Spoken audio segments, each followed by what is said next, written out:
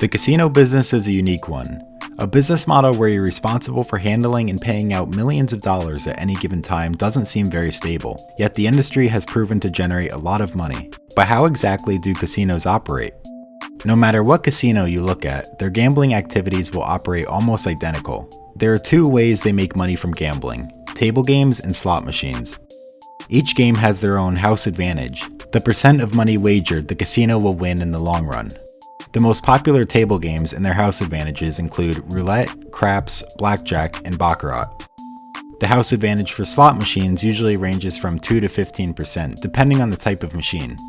If a game has a 3% house advantage, for example, the casino will keep 3 cents for every dollar wagered on that game in the long run.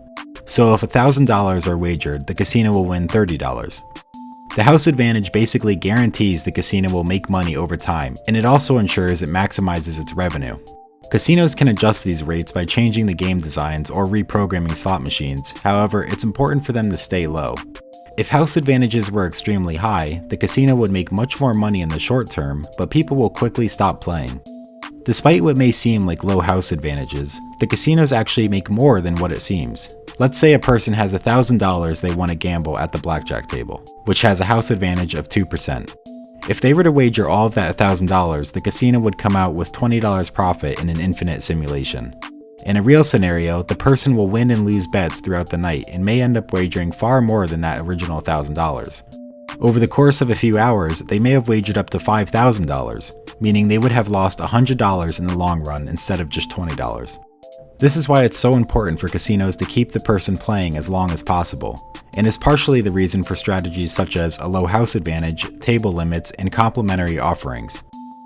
The type of player matters just as much to the success of the business, and the customer base can be split into 3 parts. There's the coveted VIP players, the common everyday mass market player, and the more casual slot player. The VIP player is usually the most valuable for casinos because of their ability to wager millions in a trip to the casino. They often play on lines of credit using special chips and receive the highest complimentary offerings. The mass market players are the everyday people who walk up to a table on any given night and play modest amounts. Still an extremely important segment that even has higher margins than the VIP segment in some locations. Lastly, the more casual players who don't want to sit at a table or prefer the more relaxed nature of the machine will play slots, which can be the biggest revenue source for the casino. Casino operators can even calculate the value of these players to see how they should cater to them. By using the house advantage, bet size, time played, and the pace of the game, the expected amount won can be calculated.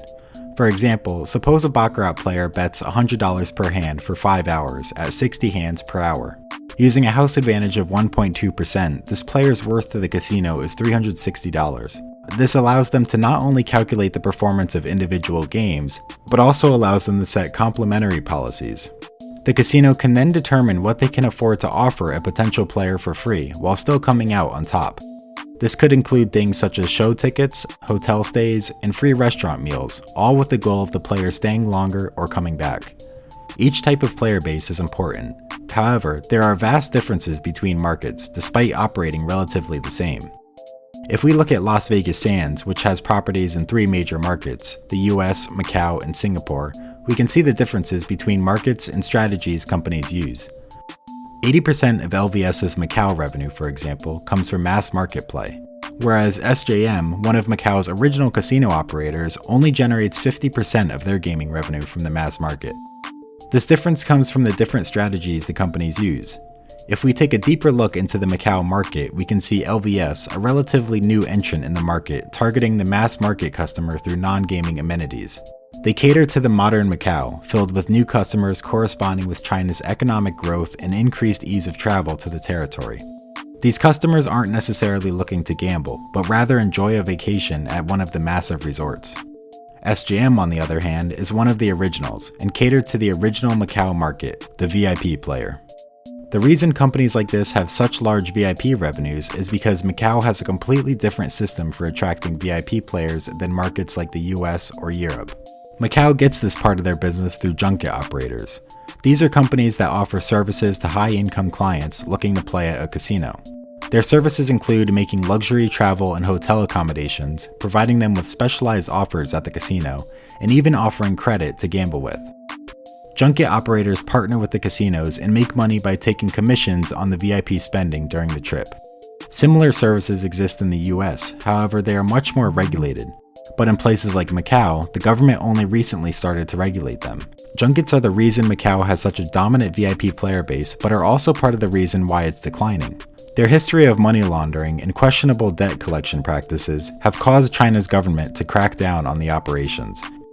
Macau is now seeing many of these operators move to less regulated countries. One thing that's common across all modern casinos is the addition of high-end amenities and a variety of things to do besides gaming. Casinos can no longer rely on gaming revenues alone and must have non-gaming offerings to not only attract the non-gaming customer, but to also entice potential players and retain current players. There must be options for the mass market customers as well as high-end options for VIP customers. Casinos would not be able to afford giving complimentary tickets to A-list shows or meals at Michelin-starred restaurants to mass market players, and VIP players will not be motivated to play at a casino that only offers a buffet and some small shows.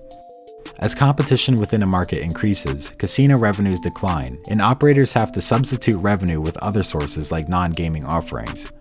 In markets where there is growth in tourism, like Singapore, it's necessary to have non-gaming offerings because it's a destination resort to most customers, not a casino. This reverse in revenue sources can be seen in Western markets, and the beginning of it can now be seen in Asian markets. Las Vegas gaming revenues, for example, have been declining since the 90s, while non-gaming revenues have been increasing at a similar pace. In 1999, non-gaming revenues surpassed gaming for the first time, and since then it's been the dominant revenue source. The goal for many Western casino operators now is not to attract a certain type of player, but a large volume of players.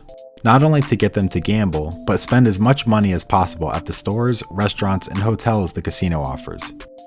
This is the model Las Vegas Sands applied in Macau and Singapore, and it worked extremely well. They saw opportunity in Asia's mass gaming market and tourism market, while other operators were still focused on junket VIP players. By leading in things like hotel inventory, retail space, convention space, and entertainment venues, Las Vegas Sands attracted a tourist-type customer.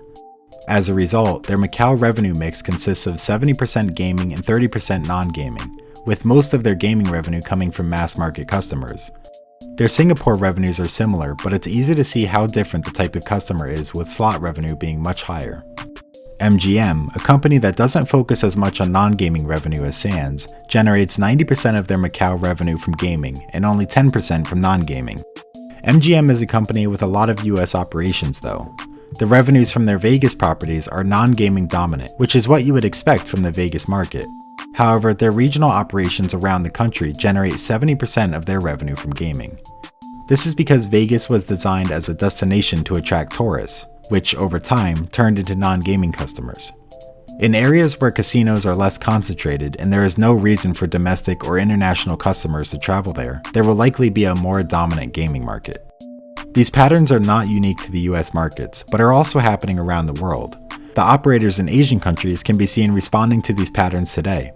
SJM, one of the original Macau casino operators, has recently finished construction on their latest development, the Grand Lisboa Palace.